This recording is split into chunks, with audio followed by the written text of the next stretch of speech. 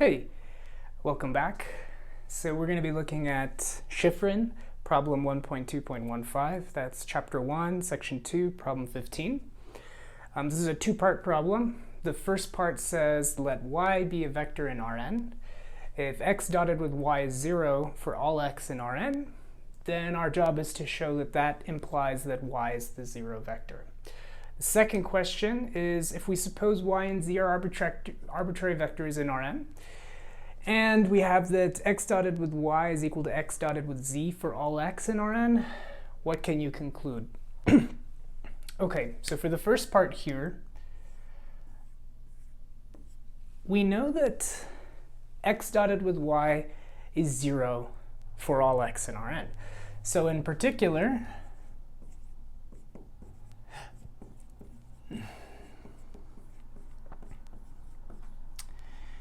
if I set x equal to y, because this is true for all x, so I can let x equal y too. So y dotted with y must be equal to 0.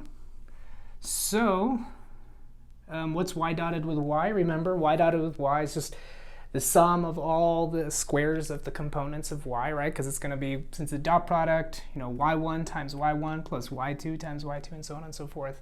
Those are all the squares summed.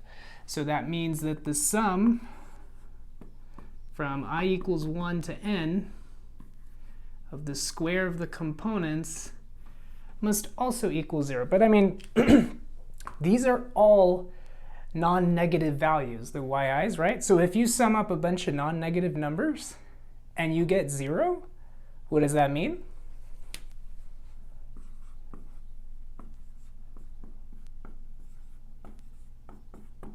That's what that means, right? I mean, you have a bunch of numbers which are non-negative, which means if you add even a single number that was not 0, you would have something greater than 0. There's no cancellation that's occurring here. So if the sum of all these squares is 0, it implies that all these squares are 0, which implies that each component is 0. And if all the components are 0, well then y must be the 0 vector.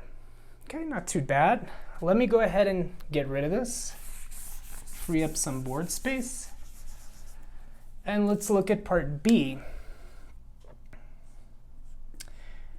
Suppose that these two vectors are in Rn, and we know that their dot product with x is always equal for every x that we can pick.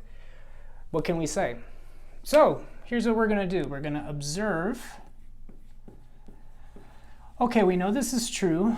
So x dotted with y equals x dotted with z, and we know that that's true for all x in Rn.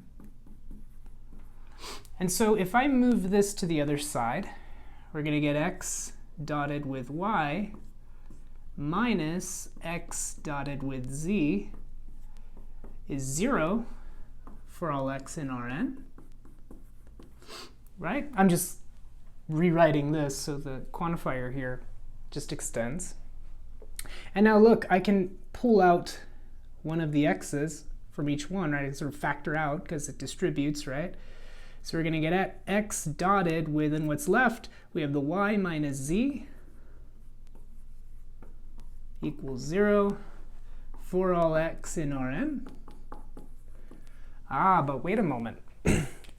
If we remember part A, what did part A say? Part A said that if you have that some two vectors here dotting, well not two vectors, but this vector here dotted with any other vector always comes out to be 0, then that must mean that vector is 0. And look, that's precisely what's happening here. This right here, y minus z, that's just a vector, right? It's a constant. And we're saying that this vector here dotted with every single x in Rn is always equal to 0, just like we had up here. And what did we conclude up here? We concluded then that that meant that vector then must have been 0. So that must mean this thing must be 0. So y minus z must be equal to 0. Well, just add z to both sides. So y equals z. And that's what we can conclude. We can conclude then that whenever the dot products are equal, with respect to every vector in the space, it follows then that the two vectors must be equal, right? In some sense, it has like a cancellation property. Okay, so I hope this was helpful. I'll see you next time.